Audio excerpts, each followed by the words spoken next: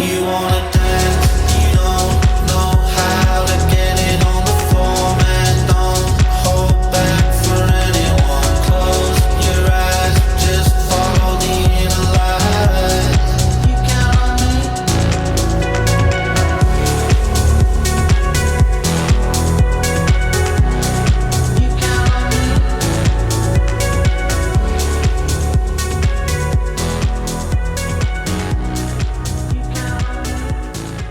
Hi, I'm John Cullen. Welcome to another episode of Hypothetically Speaking. In this episode, we're going to be taking a look at a story that just popped back into the news this weekend. It seems that Tulsi Gabbard has released a whole bunch of materials talking about how the United States has been funding BioLabs, not just in the Ukraine, but all over the world. And it seems like that's a story that I covered, I guess, a little over 4 years ago.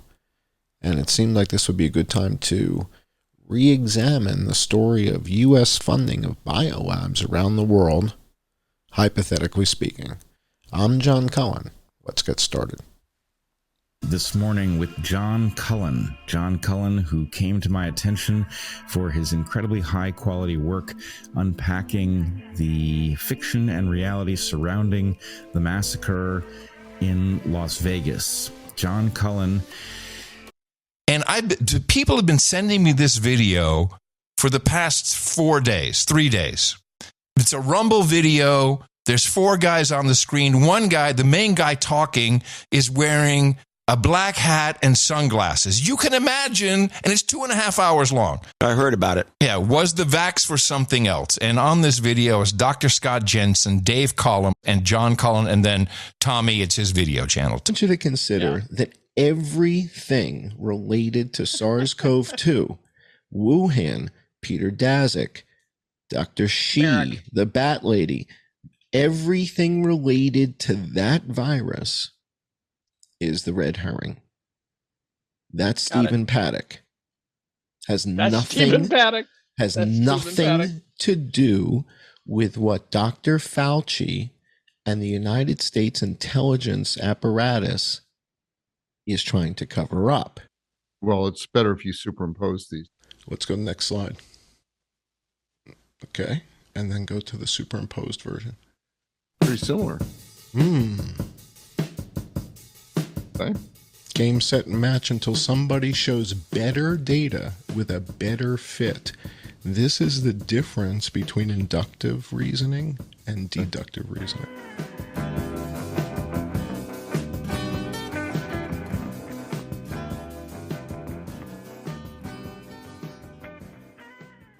If you're not yet a patron, I really do need your support.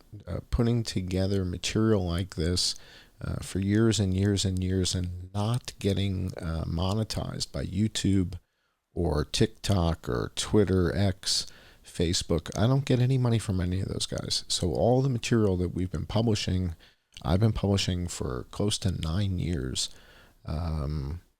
is only monetized at patreon.com or subscribestar.com/I am John Cullen. That's it. That's the only way I'm able to support my family. So for those of you who are not yet supporting this journalism, please consider contributing $5 a month, which now turns out to be less than what I order at Starbucks, because I get a grande latte and it's now like $7. So if you guys can afford $5 a month, any of you that just got that new Audi e-tron, you can afford $5. Come on, join, become a patron, and you'll know about stuff years and years in advance. All right, let's take a look at this clip that Tulsi Gabbard published this weekend. It is June of 2026 right now, and Tulsi Gabbard has announced her resignation, and it is effective, I believe, June 30th. So as of July 1st, the new guy will be in there, and I think right now the president has asked Pulte, the guy who is the head of Fannie Mae, to take over this role. So let's listen to what Tulsi had to say first, and then we'll take it from there. Let's watch this together. After months of searching through intelligence community holdings and files, today I'm releasing new evidence of longstanding U.S. government funding of more than 120 biolabs in over 30 countries. Now, these biolabs include labs in places like Ukraine, which could be at risk of compromise due to the ongoing Russia-Ukraine war. In fact, the intelligence community had previously warned that a U.S.-funded biolab in Ukraine likely housed dangerous pathogens and remained vulnerable to longstanding threats of Russian attack, seizure, or damage. Now, until now, evidence regarding the full existence and funding of these laboratories had been knowingly withheld from you, the American people. Many of these U.S. government-funded biolabs are currently or have previously engaged in research using hazardous and highly contagious pathogens, and in some cases included dangerous gain-of-function research with very little visibility or oversight. Now, President Trump clearly understands the serious threat dangerous gain-of-function research poses to the American people. And this is why he took decisive action over a year ago. On May 25th, 2025, he signed an executive order to end federal funding of gain-of-function research around the world. Here at ODNI, I issued new guidance to the intelligence community directing increased collection on these laboratories and facilities overseas. And we're already seeing the results of this increased collection. We're learning new details, for example, on clinical trials that are underway at these facilities and that are raising significant ethical, financial, and security concerns regarding the supposed public health initiatives and U.S. national security. Now, despite the obvious potential for catastrophic global impact that research on dangerous pathogens in biolabs can have, politicians and so-called health professionals like Dr. Fauci, as well as entities within the Biden administration's national security team, lied repeatedly to the American people about the existence of U.S.-funded and supported biolabs. Not only did they lie, they threatened those who attempted to expose the truth. So this release today breaks new ground, as the information surrounding the existence, history, locations, and funding of these U.S.-funded biolabs has been intentionally covered up by very powerful people who falsely claimed that these biolabs didn't exist. Now, they accuse anyone who says otherwise to be foreign assets and traitors to America.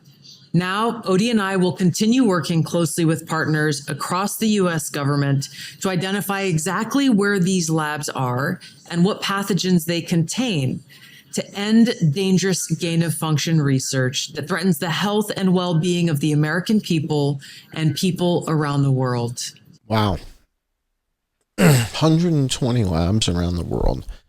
I think we documented... what was it, 30 or 40, 36, 41, something like that. And those aren't codes for all of you numbers people. I'm just thinking, I'm trying to remember how many we found. But there were a lot. And the interesting thing was back then, in February of 2022, when the war between Russia and Ukraine first started, it was the day that we woke up to the news that Russia had invaded Ukraine. It was Friday, I guess it was the either 22nd or 25th. We'll see when this comes up in a second here. Friday the 25th of February in 2022. And that was the day that I went to the U.S. Embassy website in Ukraine. And this was first broadcast that evening, so that Friday evening. So Russia had just moved into Ukraine. I went there, did what I was doing, which you'll hear in a second, and we broadcast this that evening.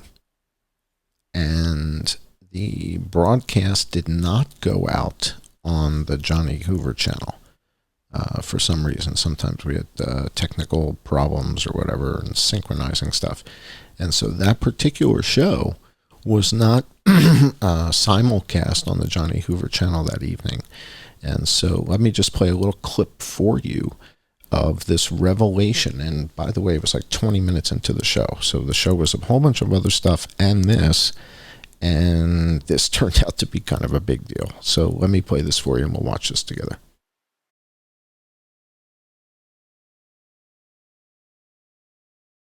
Going to be exploring the Biological Threat Reduction Program. This is from the U.S. Embassy in Ukraine. Oh, what a great source of spooky documents. So if you want to find spooky documents, the first place you go, U.S. Embassy in Ukraine. So I went to the website, and lo and behold, a lot of the links take us to the sources which are in the Ukraine, but the Ukrainian internet is shut down. So all these links were coming. So they're all coming up dead. All the links are coming up dead. Click on Lviv research. Oh, you can't. Oh, because you're not there. All right. So I click on the links. They all come up dead. So I went to archive. I went to the time machine, archive.org. That was that evening. And I go to archive.org and I find these documents. And that was the evidence that kind of put the stake in the ground that the U.S. was in fact funding it. And the company that was sort of acting as an intermediary, sort of like the contractor, and then we would give them the money and then they would go do whatever it was that was in the contract, was a company called Black & Veatch. Veatch, I think. And we talked about that company. And then with the other thing that happened back then was Tulsi Gabbard, I guess, became aware of this content, and she kind of latched onto it and said, what the hell's going on here? And at the same time, a couple other people were paying attention to this as well. So Tulsi went on Tucker Carlson. I did another video about how many BSL-4 labs are there around the world. And that video, I think, is still on the channel, but it only has 2,000 views, right? Not many. So it's kind of weird. I've got over 80,000 subscribers, I think, on YouTube, and my videos get 2,000, 3,000 views. It's kind of odd. So I published a video 4 years ago about how many BSL-4 labs are there? Where are they? And so you guys can go and take a look at that video. The other thing that happened, I guess, was about a year later, Charles Ortel, who is an author of a pretty famous book about GE and how GE was kind of a house of cards. And he was kind of short. GE wasn't kind of buying into all their stuff. And sure enough, he turned out to be on the money. So Charles Ortel also saw this report about these documents. And he, on one of his podcasts, came forward and said, let's take a look at this. This was like a year later. I think it was maybe the anniversary of Russia going into Ukraine. So let's listen to what Charles Ortel had to say. This would have been February 2023 on the 1 year anniversary. Let's listen to this together. Historic show on, I think it was February 25th, 2022, just as the invasion or the special military operation began.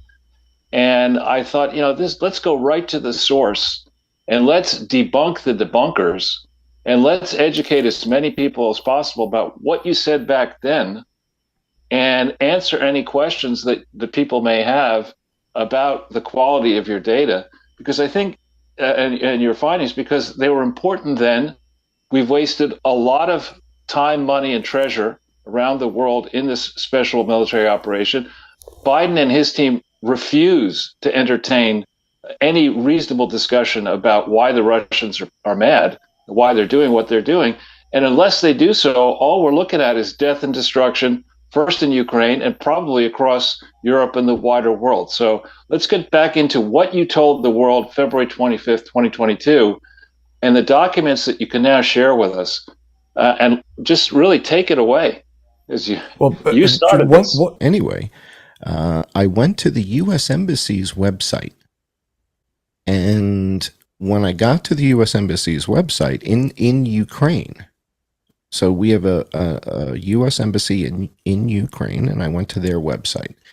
And what I saw on the website, okay, this is interesting. There's this biological threat reduction program thing on the website at the U.S. Embassy in Ukraine.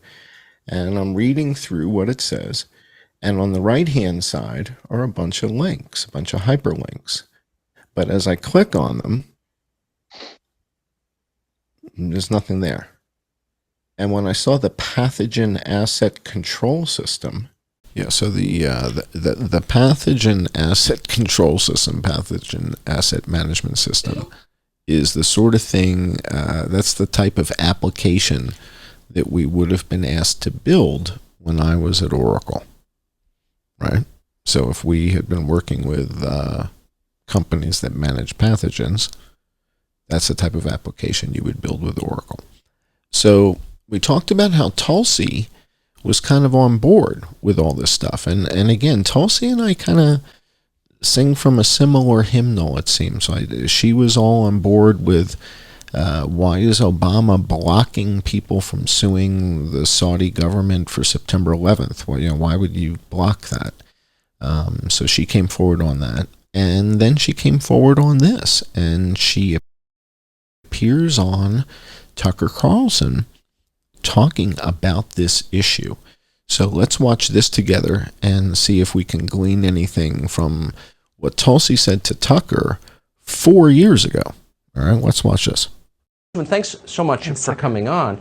So it's without even going into what they told us was Russian disinformation is actually true. How concerned are you that Torian Nuland, who's overseeing this war, has just admitted there are unsecure bioagents, dangerous bioagents in Ukraine? What Tucker just said was Victoria Nuland admitted that there were BioLabs in Ukraine. And Tucker brings this up to Tulsi. And if you don't know the backstory here, I published that, these findings on Friday the 25th. And I think this hearing you're about to see here with Marco Rubio, I think was that Monday. So I think it, 25th, 26th, 27th, 28th. I think so. So I could be wrong. But Marco Rubio starts putting the screws to Victoria Nuland. And this is literally just days later. So listen to this. Let's watch this together. Well, I only have a minute left. Let me ask you, does Ukraine have chemical or biological weapons? Ukraine has biological research facilities, which, in fact, we are now quite concerned Russian forces may be seeking to gain control of. So we are working with the Ukrainians on how they can prevent any of those research materials from falling into the hands of Russian forces should they approach. I'm sure you're aware that the Russian propaganda groups are already putting out there all kinds of information about how they've uncovered a plot by the Ukrainians to release biological weapons in the country and with NATO's coordination. If there's a biological or chemical weapon incident or attack inside of Ukraine, is there any doubt in your mind that 100% it would be the Russians that would be behind it? There is no doubt in my mind, Senator, and it is classic Russian technique to blame on the other guy what they're planning to do themselves.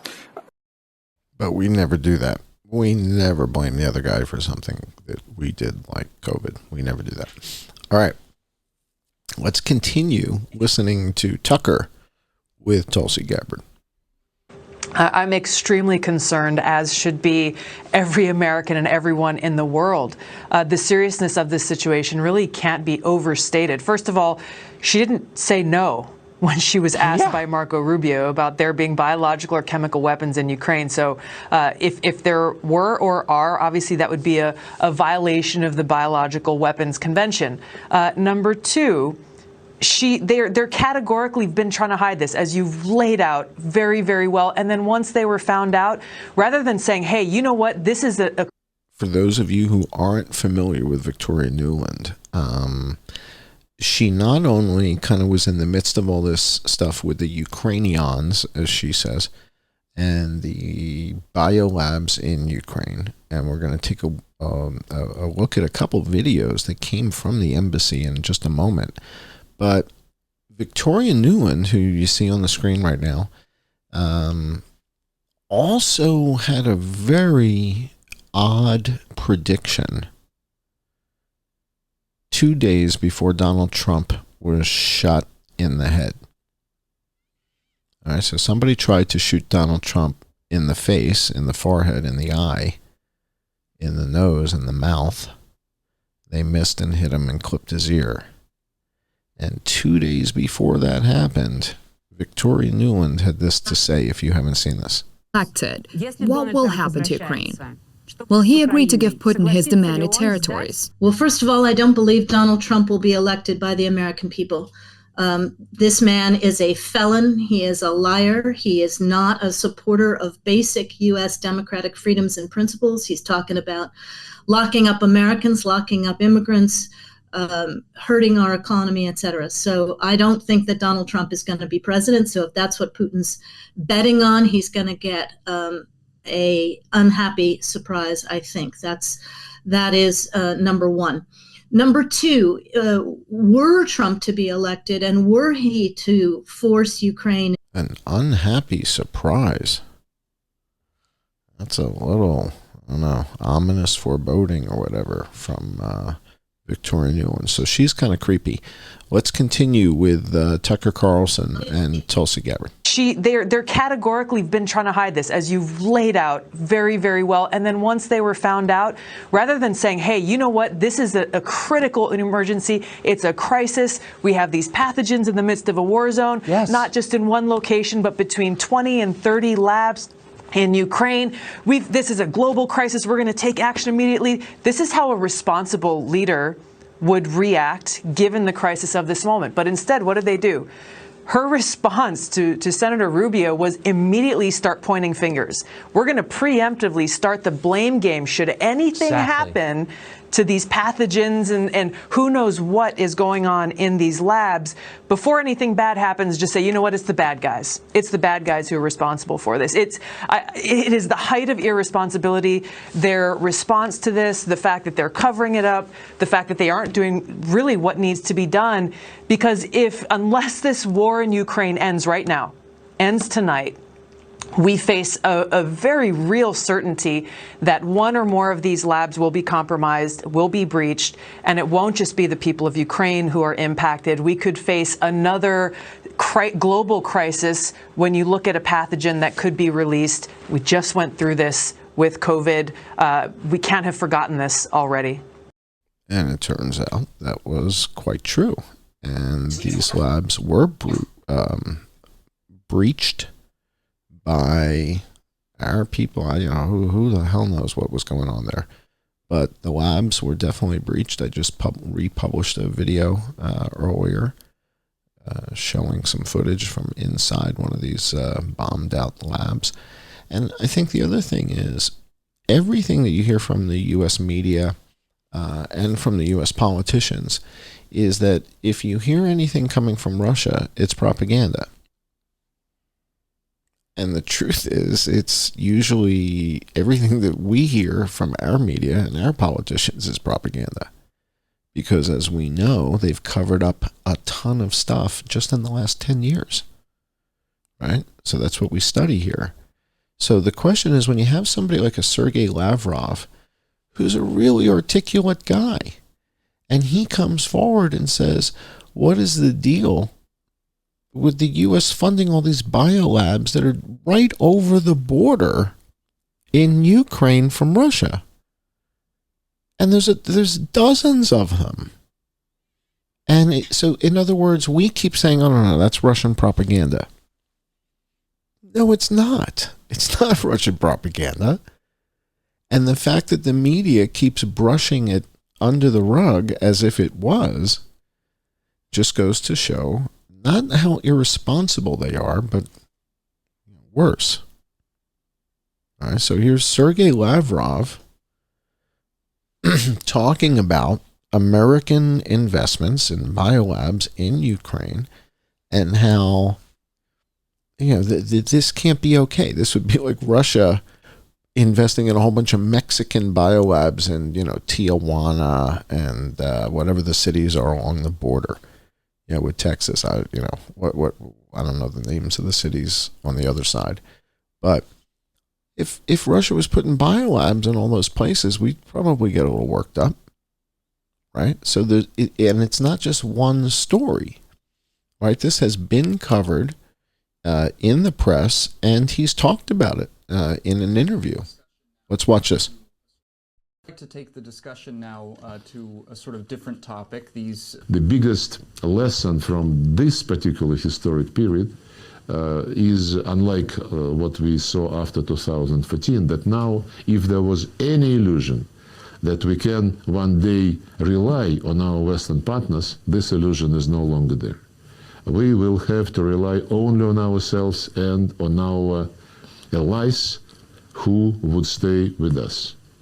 Several popular TikTokers in the United States. Those laboratories have been created by the United States all over the world, more than 300 laboratories in various countries, many of them on the perimeter of the Russian Federation and the former Soviet republics, including Ukraine.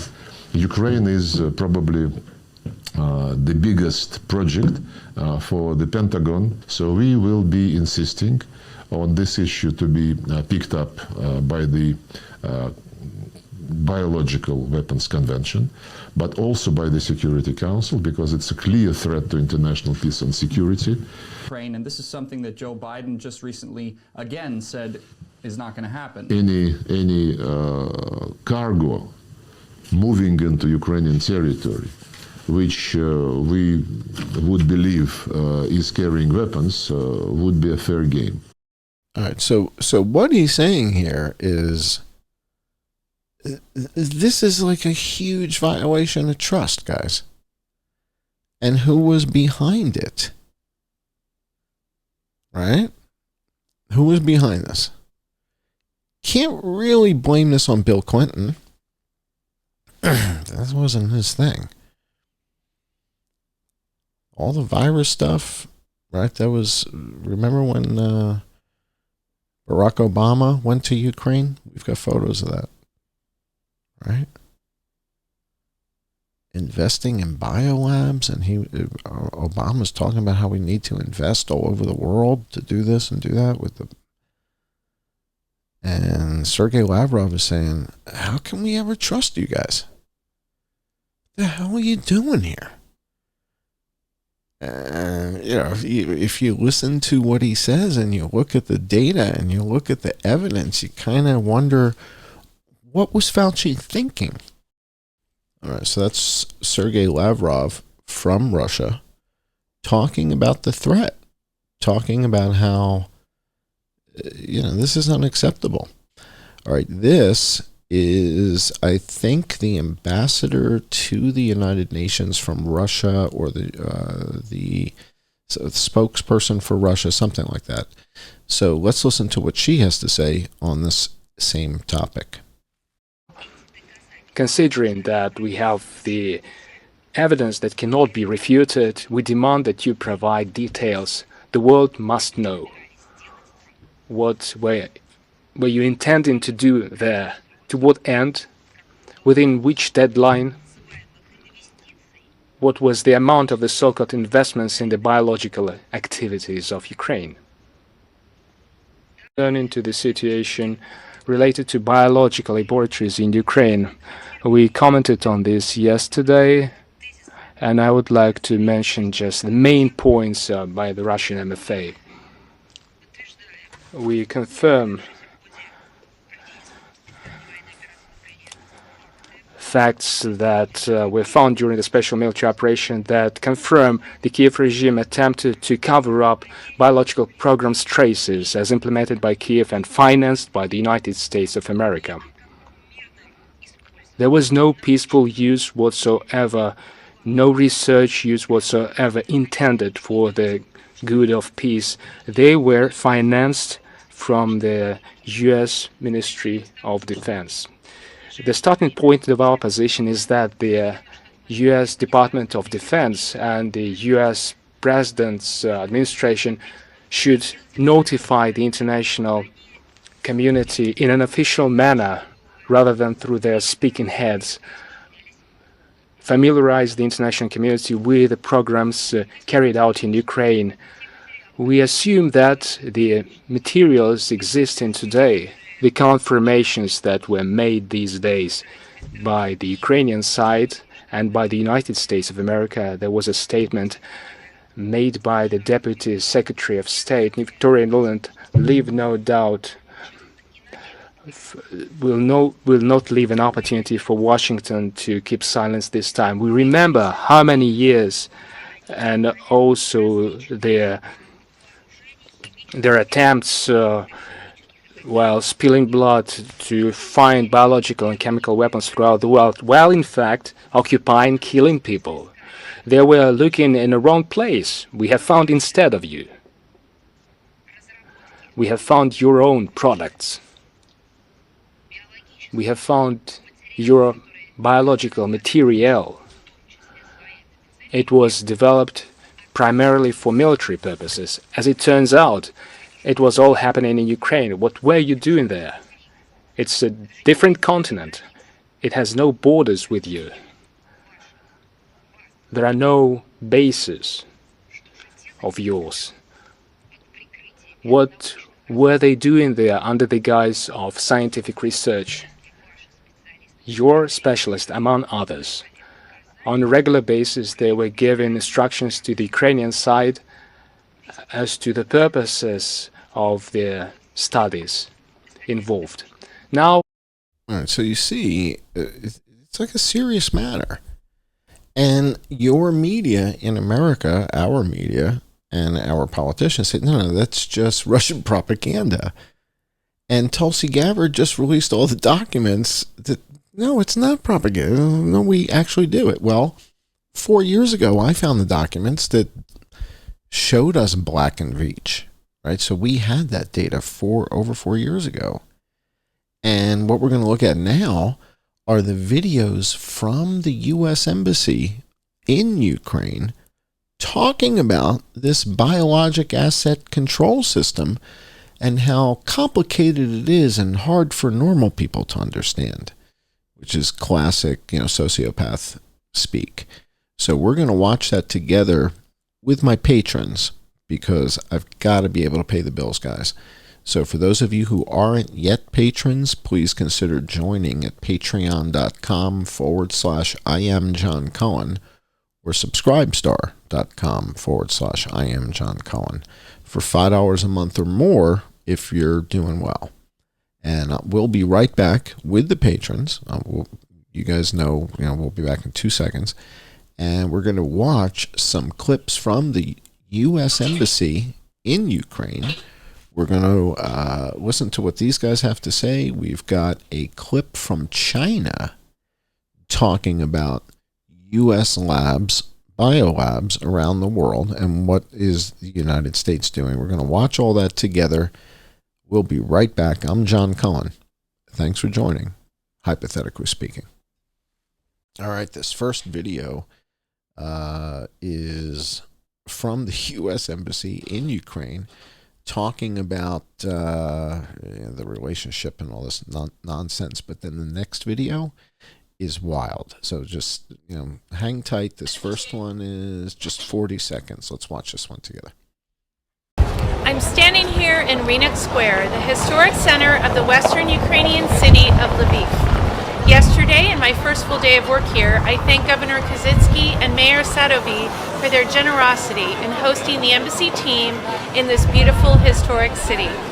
From this temporary base, we will continue our deep and comprehensive relationship in support of the Ukrainian people's aspiration for a sovereign, democratic, and prosperous future.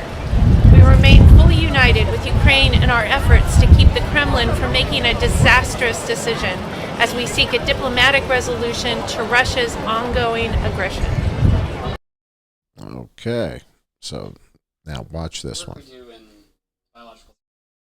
The work we do in the biological threat reduction program is complicated, and it's difficult to communicate it sometimes to outside audiences. And I think our adversaries like Russia can take advantage of that with some of the propaganda that they put out. The biological threat reduction program is working in 27 countries. We feel this disinformation and misinformation is done just to really exploit divisions. We've had accusations that some research projects were being used to create threats, not to identify threats and reduce them. Ulterior motives are being injected where none exist. We've built these capabilities for the partners, their central reference labs for research. They publish everything they do. They invite the international community into their laboratories. They're working on behalf and the benefit of the people of their respective countries. Kazakhstan, like many of the other republics in the former Soviet Union, had biological weapons. Russian media has attacked the central reference laboratory that was built by the Biological Threat Reduction Program. The laboratory is there to both store dangerous biological pathogens from the Soviet era and to conduct research by Kazakhstani scientists in order to prevent the spread of new biological pathogens.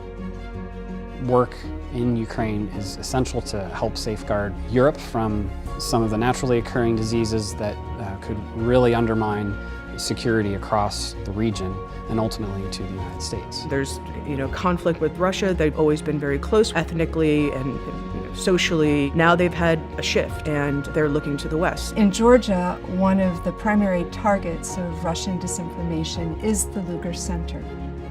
They were putting articles in the newspaper saying our engagement there was basically to use them as a proxy for a biological weapons program. Their purpose is to make the Georgian people and people in the region afraid of this cooperation. Interesting clip. So it's very complicated, very hard for people to understand. And they mention the Dick Lugar Center.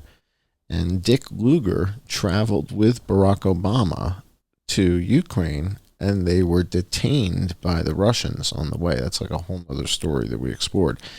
This next clip that I'm going to show you is Chinese military wanting to know what is the U.S. doing with all these biolabs all over the place. Keep in mind that the lab in Wuhan is the only BSL-4 lab in all of China. Everything else that they have is BSL-3. So the Wuhan lab was the only, back when we were in the midst of COVID, they may have built one in the last year, I don't know of. But the Wuhan lab was the only BSL-4 lab in all of China.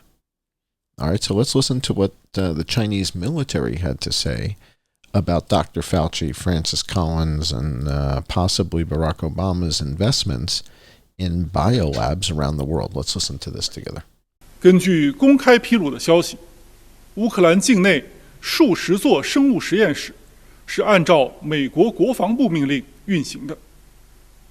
美方上述活动严重缺乏透明度，存在不容忽视的安全隐患。此前，多个美军海外生物实验室所在地爆发罕见流行病，引发多国抗议与质疑。这也是此次美在乌生物实验室引发国际社会广泛关切的重要原因。美方这些项目的真正意图究竟是什么？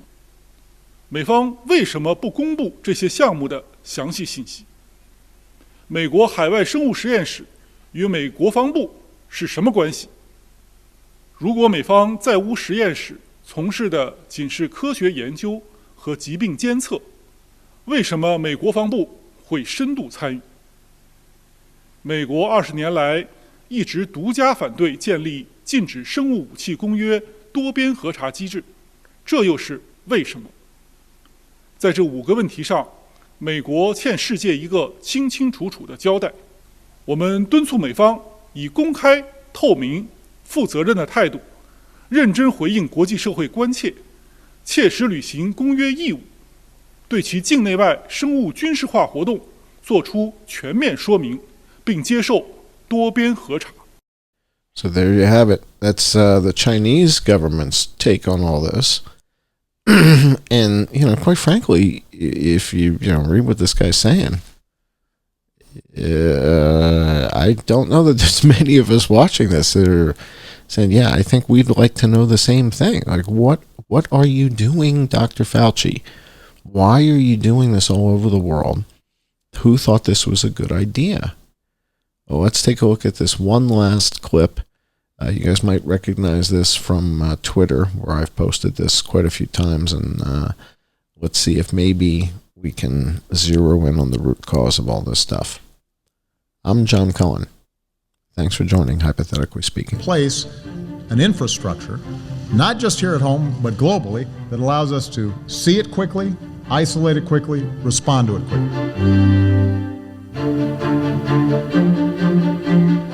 So that if and when a new strain of flu, like the Spanish flu, crops up 5 years from now or a decade from now, we've made the investment.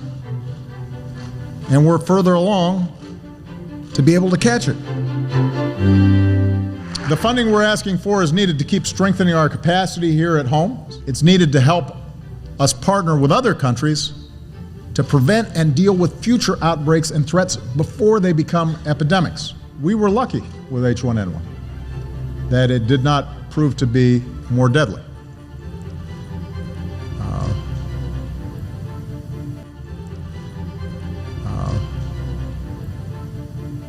There may and likely will come a time in which we have both an airborne disease that is deadly. And in order for us to deal with that effectively, we have to put in place an infrastructure, not just here at home, but globally, that allows us to see it quickly, isolate it quickly, respond to it quickly. So that if and when a new strain of flu, like the Spanish flu, crops up 5 years from now or a decade from now, we've made the investment. And we're further along to be able to catch it.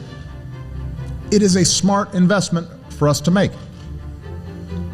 It's not just insurance, it is knowing that down the road we're going to continue to have problems like this. You read about it from 1917. You read about 1917. You know, the big one was 1917. I've read about the Spanish flu. That was 1917. I think we would have had another 1917 Spanish flu. That's what I believe. We're close to 100 million people, they say, died. But while Joe Biden now wants credit for all of our successes, do you remember during the inauguration, he said he created the vaccine? I said, no, Joe, we gave you the vaccine on December 11th. Remember, we put it into your arm to keep you safe, Joe.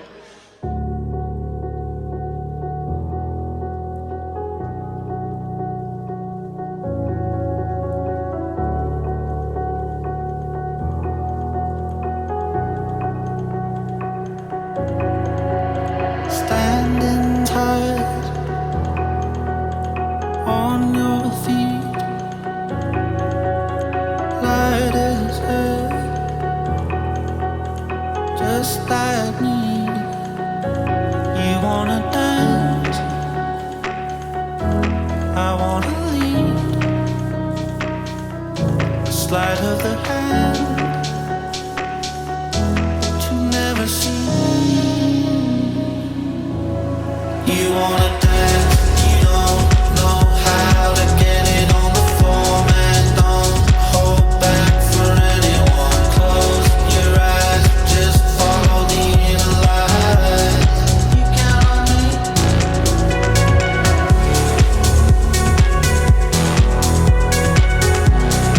You count on me.